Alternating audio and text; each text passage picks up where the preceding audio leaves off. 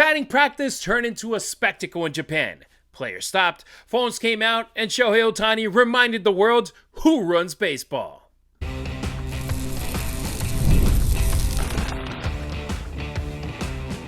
You are Locked On Dodgers, your daily Los Angeles Dodgers podcast. Part of the Locked On Podcast Network, your team every day. What's up, everybody? I'm Harry Ruiz. That's Travis Rogers, and it's time for Locked On Dodgers, part of the Locked On Podcast Network, now the #1 sports podcast network. On today's show, we got a temperature check on the Dodgers' first real speed bump of Cactus League play, the tough but honest reality involving Blake Snell and opening day. But first, we're starting in Japan with Shohei Ohtani putting on a show that didn't even count in the box score ahead of the WBC kicking off this week, Travis. Yeah, still fun to see, though. It doesn't count, but it was still fun to see him cranking balls the way that he did. In today's episode of Locked On Dodgers is brought to you by MLB The Show 26. Visit MLBTheShow.com/LockedOn and use the code LOCKEDON to unlock a pack for use in Diamond Dynasty. Pre-order now, available March 17th on PlayStation 5, Xbox, and Nintendo Switch, rated E for everyone. Weekdays, Travis sets the tone on 710 ESPN LA from 3 to 6, holding it down on Travis and DeMarco show. And no matter where you are, SoCal or not, the ESPN LA app keeps you plugged in. For me, when I'm not on the call for USC football in Espanol, this is where I lock in. Dodgers talk, real breakdowns, honest reactions, and a conversation we build together. If this is your first time here, you're right where you're supposed to be. And if you're an everydayer, you already know this show doesn't move without you. If you're watching on YouTube, tap that like button, drop your takes in the comments, and subscribe so you don't miss a day.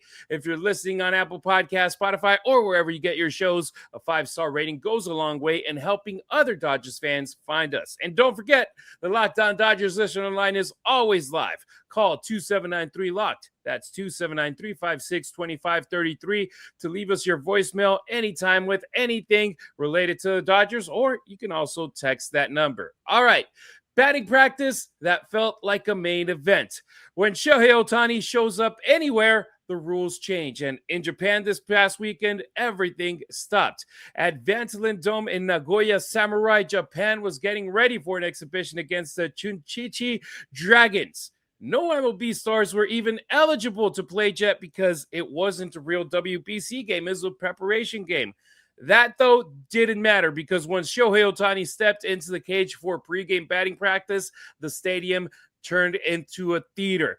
TV stations, social media, everybody was focused in, locked in, and we got to see it all the way on the other side of the world. And Travis, the fans were loving it. The reporters were loving it. Everybody was loving getting to see Shohei Ohtani do batting practice. This is not something we see often. We started seeing him doing it in the World Series after getting into a little bit of a slump, and it was showtime having to see him do batting practice. And that's what Shohei Ohtani does. He steals the headlines. All the spotlight is on him, no matter if it's a game or not. No matter practice, talking about practice, yeah, Shohei does it there too. Yeah, I think there's three things going on here. You touched on a couple of them. I think number one is anything that Shohei Ohtani is involved in Japan is going to be, blockbuster news. Like if he ordered a sandwich at a deli, it would be, breaking news of it because Ohtani is doing it. He's just as famous as he is here, as popular as he is here, as incredibly well-liked as he is here, especially in the city of Los Angeles. It doesn't come within 100 miles of his popularity back in Japan. So anything that he does, including just taking some batting practice swings, is going to be massive, massive news. That's number one.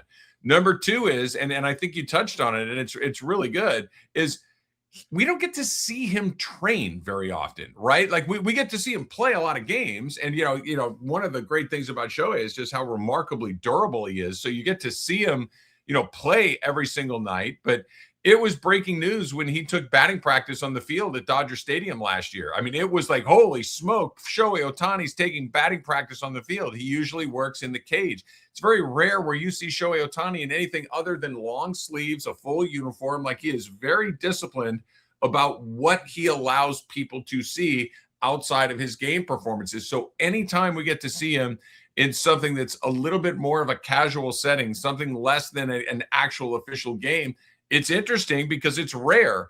And I think the third thing is the man just knows how to put on a show, right? He just knows how to show up in those moments, that whether it was an all-star game, whether it's a World Series, whether it's batting practice, whatever it is, when all lights are on him, he almost always gives you a little something that makes you go, did you see that? Could you believe what you actually saw? And him putting balls in, the hallways in the outfield in Japan was just remarkable. Like, the man just knows how to put on a show, and he did it again. And he's something else, man. I can't wait to see him start playing this week.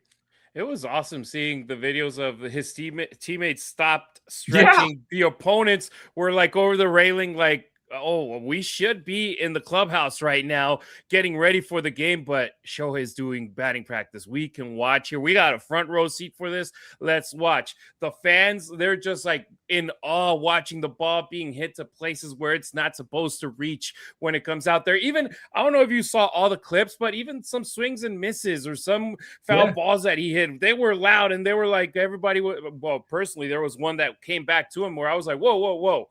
Hey, maybe he should stop doing batting practice right here. But it was just loud, chaotic excitement. It was awe, and it's something where it's just that type of player that he is. He's like Messi when he goes out in MLS and plays a game anywhere in the United States. Ticket prices are ridiculously priced. You got fans showing up super early to see him doing warm-ups. You got fans running onto a field wherever he was in Central America this past week in an exhibition game. Somebody even tackled him, but it was just the excitement of seeing a once-in-a-generation type of talent that you can get. And in soccer, you have, of course, Messi and Cristiano. In baseball, you got Shohei.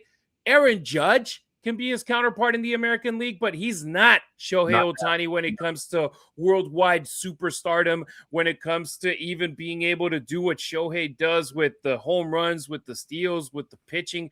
It's just another type of thing. And Dodgers fans never get to see Ohtani do these type of things in Los Angeles. Very, very rarely. He had to be in a type of slump like he was in the postseason for him to do that. And in Japan, you brought up the type of popularity he has out there, Travis. There's a video of him rolling into a restaurant.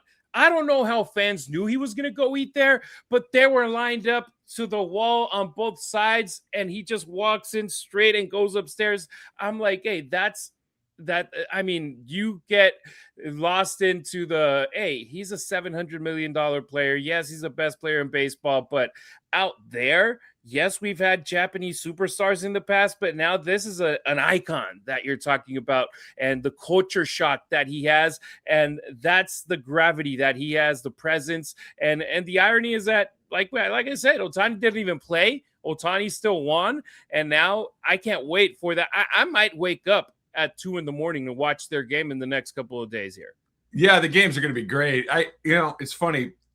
You mentioned the way that other players react to him. And I think that's a good point, because going back to Judge that you mentioned, Aaron Judge is the best player in baseball not named Shohei Ohtani, right? And I think that most people would probably agree with that because of what he does and who he plays for, et cetera.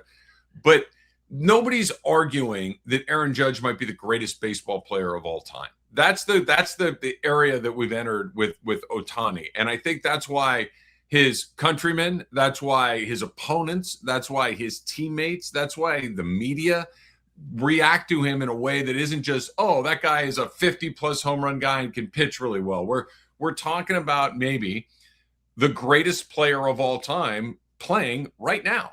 Like, it's a really, like, Babe Ruth, it feels like a dream, right? It feels like Willie Mays played in, an era where TVs were in black and white. And it's like, yeah, somebody could tell you about it. You kind of like, Shohei Ohtani is playing right now on this earth in full living color. And so when you get a chance to see him, whether it's just take batting practice, walk into a restaurant, whatever it is, it's breathtaking. It really is stunning to be able to see him do something, even if it is something as, routine as taking batting practice. And other players recognize his greatness. Other players recognize the opportunities that we're all getting to see this man do what it is that he does. So I'm not surprised that people react to him the way that they do it. That you and me and fans is like, well, sure, we're going to do it. But when other players, when other pros stop what they're doing to watch another person do what they can do really well as well, that's a whole nother level.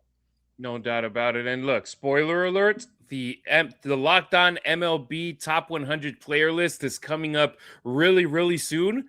Everyone is fighting to be number 2 behind Shohei Ohtani. It's no doubter that it's Shohei and then everybody else fighting for the rest of the 99 spots, because wherever Shohei Ohtani is, baseball just rearranges itself around him. And coming up, we're shifting from spectacle to something far more grounded, because reality just hit the Dodgers rotation. Next on Locked On Dodgers, the Dodgers finally said the quiet part out loud about Blake Snell and opening day. The odds, not good, and what that means for the rotation might surprise you.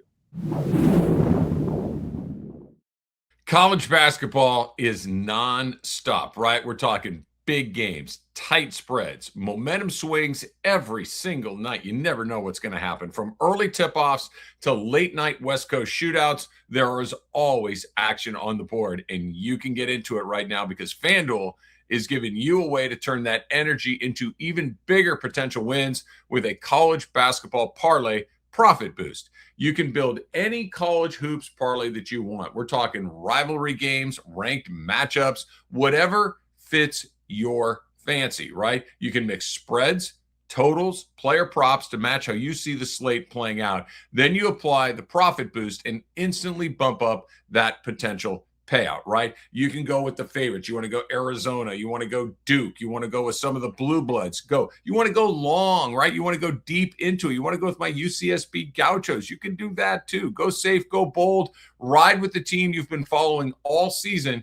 It is your parlay, your style, now with more upside behind it. Head to FanDuel.com to get started. That's FanDuel.com. FanDuel, play your game. When work is piling up and that one open role is still empty, you don't have time to wait around. That's where Indeed Sponsored Jobs comes in. Sponsored Jobs puts your listing in front of people who actually fit the right skills, experience, and location, so you're not just crossing your fingers. In fact, while I've been talking, 27 hires were made on Indeed worldwide, according to Indeed data. Locked On Dodgers listeners get a $75 sponsored job credit to give your post the boost that it deserves. Go to Indeed.com/podcast to get started and to support our show. Need to hire? This is a job for Indeed Sponsored Jobs. Once again, visit Indeed.com/podcast to get that $75 sponsored job credit. Terms apply. Thank you for making Locked On Dodgers your first listen of the day, and thank you for making Locked On the #1 sports podcast network. Don't forget to check out the Everydayer Club for ad-free episodes and access to a group chat with us on Discord and other listeners over on the show. Tap the link in the show notes or go to LockedOnDodgers.supercast.com to join this community. The answer that nobody wanted, but everyone needed and knew it was coming. For weeks, we've all been reading between the lines. Now, the lines are clear. Blake Snell is not going to be ready for opening day. Dodgers manager Dave Roberts, he didn't sugarcoat it, saying that the odds are probably 0. And honestly, that's refreshing right there, because Snell isn't behind schedule by accident. This right here is intentional restraint. Same situation as with Mookie Betts, who took a week to get his first Cactus League action. Travis, after dealing with shoulder discomfort last year, Snell, that lingered before the season even started, and the Dodgers are choosing patience over panic.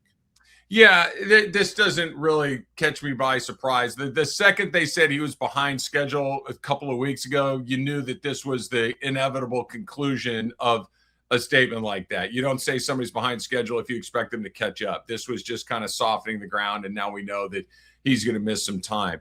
For me, Harry, this lands somewhere between not a big deal and, something to keep your eye on. I think it's somewhere in there. If I'm making the case for not a big deal, he started last season and then didn't pitch for half the year, and he was still brilliant by the time we got to the end of the season anyway. I think that that's probably somewhat the plan this year, is get him ready for the end of the season, the middle of the season, whenever he's ready to go. That's hey, everything's fine. I think things are fine, but I'm not quite sure what happens next. Is he pitched very little last year, and yet we're already behind again at the start of the next year. That's the part. And I know that he was, he hammered the gas at the end of the season, and he was terrific. Don't get me wrong. He was really, really good. But it's not like he threw a million innings last year. He really didn't. He pitched a couple of times at the beginning of the year, didn't pick the ball up until well into the second half, and then was really good and very good through the playoffs. And I know they leaned on him heavily in October, but it's not like the workload was some extraordinary amount over 6 or 7 months. It was a relatively short period of time where they leaned on him, and that set him back again. Not great news, right? Now, the good news is they have plenty of options to cover his innings between now and whenever it is he comes back. But this falls somewhere in that's not great. It doesn't sink the Dodgers' chances or anything like that. I think he'll be all right, but it's awfully early to have this happen for a second, or call it a third time if you want. Yeah, and here's the deal. He has been playing catch out there in Arizona, but there hasn't been any mound work. No games, no shortcuts, and that's the frustrating part when you remember that this isn't just a great pitcher. It's a $182 million arm that the Dodgers have right there. But this is where context matters, because when Snell did get healthy last year, he was excellent. Do you remember that game 1 of the NLCS, those 8 incredible innings that he gave the Dodgers? Those are the moments that the team has him in that rotation for, because that's the domination that you want him to be, the best possible pitcher in October. And he was pushing it too hard last year to be ready for opening day. He pitched the Dodgers' first game stateside in 2025. And then, like you said, he had, I think, one other start, and then he was out for pretty much half the year. We didn't see him until late last season. And then you were able to see him do his thing. And part of the equation too, Travis, is that they were pushing him in the World Series, in the NLCS. They needed him to be the pitcher that they needed, that they paid him a nearly $200 million contract for, to come over, to get that opt-out in San Francisco, to come to Los Angeles, to be a part of that rotation with Yamamoto, with Glasnow, with Ohtani. And now it's like, okay, we pushed it too hard last year. We know the arms that we have in this 26-man roster, the active one, the 40-man roster. There's no need to push too hard right now and be here in March 27th and then have an absence that's prolonged before having him back in September. And I think they got lucky last year, Travis, where he hadn't played much. And by the time the NLCS rolled around, he was dominant. I'd rather him be in a rhythm, and then when the playoffs roll around, him just be in his natural state of, hey, I'm one of the best pitchers in baseball. Yeah, he didn't pitch much last year. Like, he really didn't. He pitched 61 regular season innings. That's nothing. He pitched 35 innings in the postseason. And I understand that postseason innings are built a little different than regular season innings, to be sure, but that's only 96 innings. 96 innings, and you're behind already to start the next season. That's one of those. Okay, again, it's not a 5-alarm fire, but that's unusual, I think. Like, look at Yamamoto, and I get it. Not everybody is the same, but you look at Yamamoto, who went through the entire season, didn't miss a start, carried the ball more than anybody in the postseason, and he's over in Japan getting ready to pitch in competitive games in the WBC. So something isn't adding up for Blake Snell as far as his health goes. They can survive. Get him healthy is the number one priority, and get him ready to go. But that is really kind of one of those, okay, like that. For the first time, I think you can say, hey, let's keep an eye on this and see what's happening, because that is just not a lot of innings to be behind that late in this, or that early, I should say, in spring training. Yeah, is it ideal?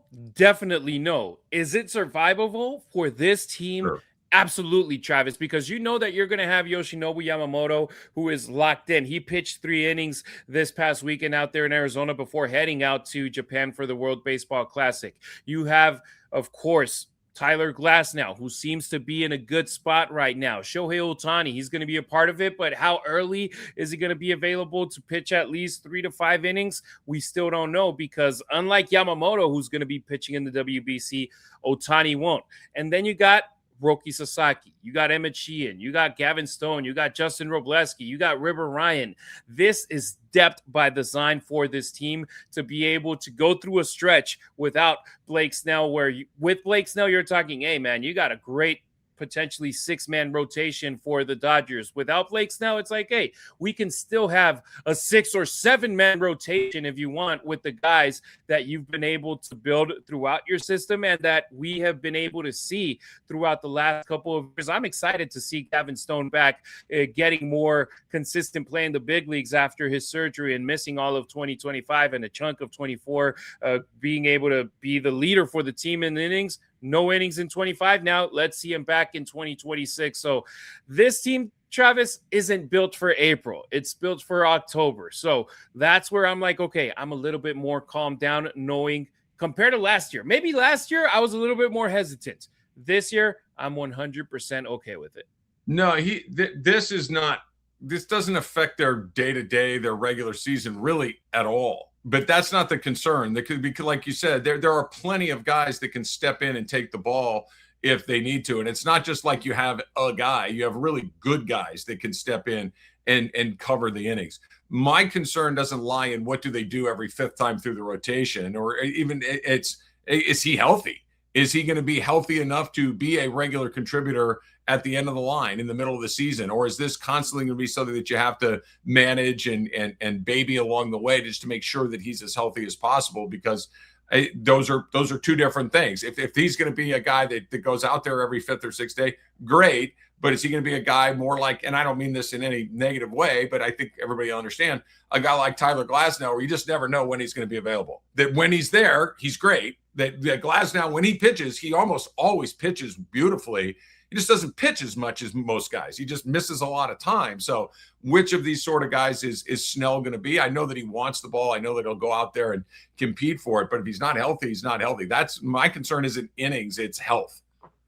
And when you have two guys like that, that could be potentially an issue. So hopefully, I'm going to look at it this way, Travis. They're slow playing it this year because that they know that after 2026, they still have 3 more years of Blake Snell, and they're hoping that those 3 years, 27, 28, 29, he can actually be like, okay, if we take care of him this season, we saw what happened last year. Let's take care of him this year. That way, the next 3, he can actually be a constant contributor in our rotation. All right, coming up on Locked On Dodgers, the Dodgers finally hit a speed bump in Cactus League play. Who struggled, who stood out, and why none of this is worth panicking over.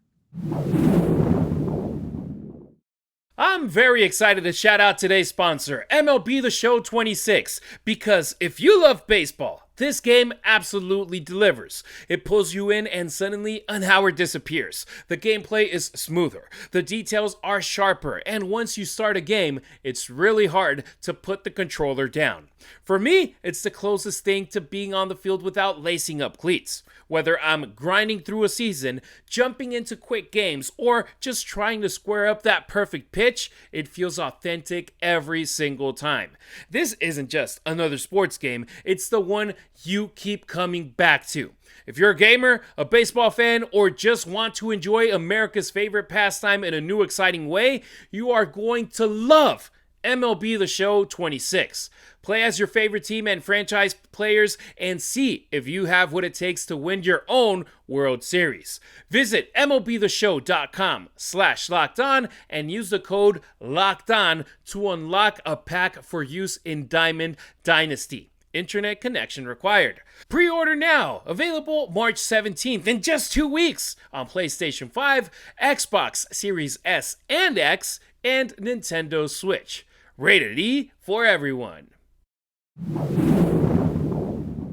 Don't forget to follow Locked On Dodgers not only on YouTube, but on X, Instagram, and TikTok as well. You can find Travis on social media at Travis Rogers on X and Instagram. Meanwhile, I'm at Harry Ruiz on X, at Harry_Ruiz on Instagram, and at Harry Ruiz_ on TikTok.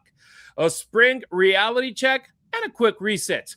After 6 straight wins to open Cactus League play, the Dodgers finally blink. 3 losses in 2 days against the Giants, Rangers, and Cubs, and honestly, good.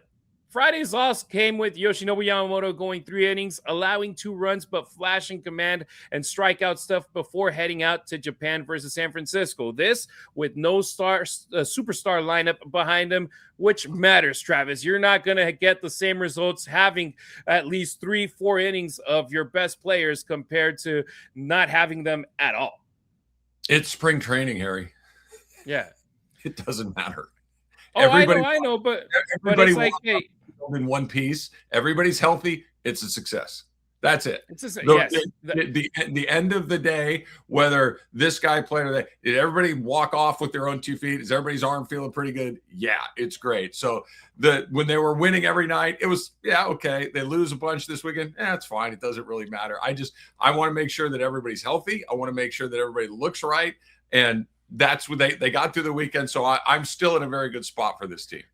Whoever watched the ending of Friday's show, when I said, I don't think they're going to come back undefeated by the time they were losing the 3rd game in a row, I was like, man, did I just jinx them? What happened?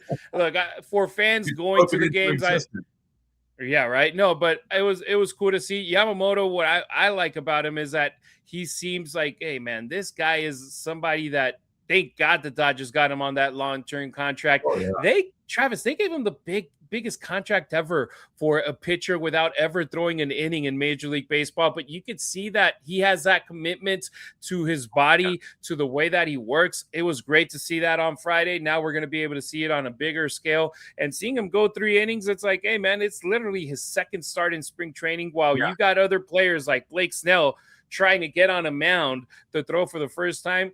Yoshi's on 3 innings. I'm not worried at all. World Baseball Classic with him because of the type of commitment that we see from him. Then on Saturday, split squad chaos against Texas. Andy Pages, Kyle Tucker got reps. Against the Cubs, the big bats played. Freddie Freeman, Will Smith, Max Muncy, Teoscar Hernandez, and the results just weren't there. They got 1 hit through all these 5 guys that I just brought up against the Cubs, but that's spring.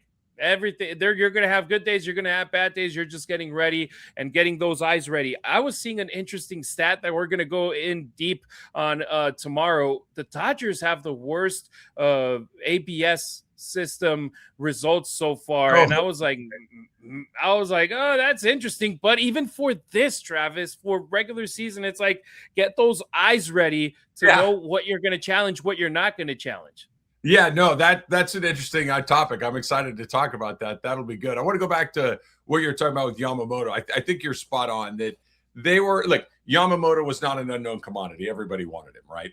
Everybody was willing to try to make a deal with him, but the Dodgers went above and beyond. I think this is a great example of where the Dodgers' economic might really kind of shines through, that they were willing to do what you said, which is, we will give you the largest contract to any pitcher ever without ever having thrown a pitch in the major leagues. It was a big, looking back at it now, it's a no-brainer, but at the time it was like, okay, because sometimes the players from that league translate to this league. Sometimes they don't. Sometimes there's, something in between. He has been so much better than anyone could have reasonably expected. So, because he's still getting started, right? He is still learning the American major leagues. He's only been in this league for 2 years, and he's already one of the best pitchers in baseball. He's shown to be really resilient and durable, incredibly competitive, incredibly professional. So that he is as far along as he is already, getting ready for the WBC, I think shows a lot of potential as just his demeanor for the season and his demeanor for that long-term deal. Those other guys getting off to a slow start, okay, whatever. Like just getting Mookie back out there, great. That he's, we talked about it last week. Where was he? Is he getting, until you see somebody, it's always, they can tell you everything's fine, but like, can I see it for myself? That we finally got to see him is really good news there. But they're just, cross your fingers and toes and everything else that they stay healthy through this tournament, that they stay healthy through spring training, and that when we, we're inside the opening day of this month, it's getting closer and closer, and just stay healthy. That's really all I pay attention to. No doubt about it. And look, Sunday is where we got balance back from this team because Betts, he was able to make a spring debut. Even though he went hitless, he scored on a Freeman double in the first inning, getting on base on a fielder's choice. And that's how spring lines up sometimes, where it's like, okay, you don't get a hit, but get on base and then be able to run the bases. He was actually really good at 2 outs. Freeman got that double, and Mookie, he was flying on the bases, which is what we're expecting from a guy like Mookie Betts, especially on a bounce back season. He was chatting with Kristen on Sportsnet LA, and he looked really, really loose, really cool. And let's remember, he's about to have a baby very soon as well. So there's going to be a time that he's going to be gone for a couple of days to be with his wife and his kids, how it should be. But so far, so good with Mookie Betts. They haven't rushed him at all, and that's what we need him at 100%. Sunday, Landon Knock had a rough outing, but the bullpen, they locked in, Travis. They didn't allow a single run after Knack allowed 3 in 2/3 innings. Yeah, the Mookie thing, I think you bring up a good point, that he's able to run freely, and like that's the kind of stuff that always makes you go, like when you hit the gas for the first time, right? To go first to third or to try to score from second base on a base hit. And that thing that you can do sprints in the outfield, you can do the weight room, you can do the stretching and all this stuff. But when you really have to go the first time, that's always interesting that he came through that.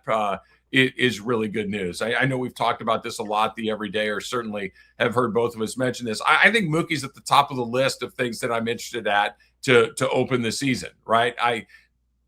I just don't know what to expect from him offensively. We know he can play shortstop. Awesome. He's really, really good there. But is he going to be Mookie Betts with the bat in his hands? Is he going to be Mookie Betts on the bases again? Is he going to be Mookie Betts, one of the scariest guys in the whole league again? I certainly hope so. But coming off of last year where he was offensively kind of all over the place, very inconsistent, I'm not sure. And I'm excited to see it. I really want to know what he has.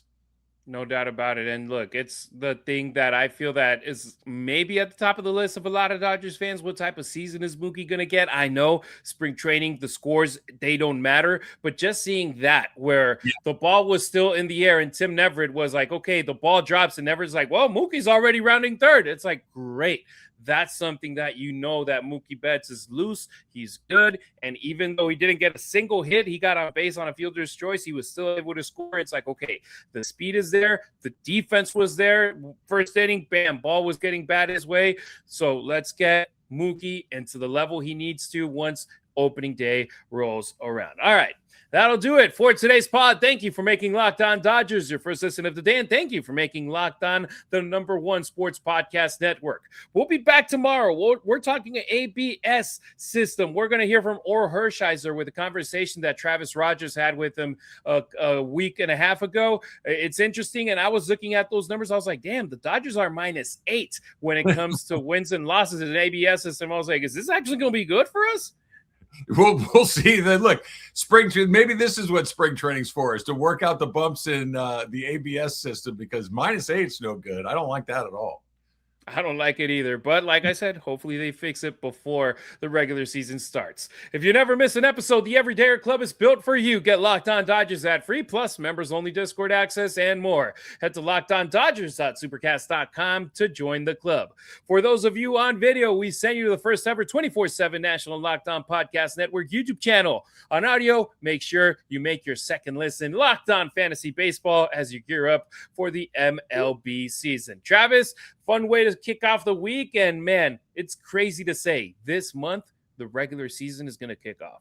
In WBC this week. We got real games this week. So it's exciting. We actually, what happens actually matters. I can't wait. I'm excited watching spring training games. Now we got WBC games that actually count for those countries. And then March 27th, yes, regular season games that go in the standings. We are hyped about it. Almost here, indeed, Travis. We appreciate you riding with us. Until next time, keep it real, keep it Dodger Blue.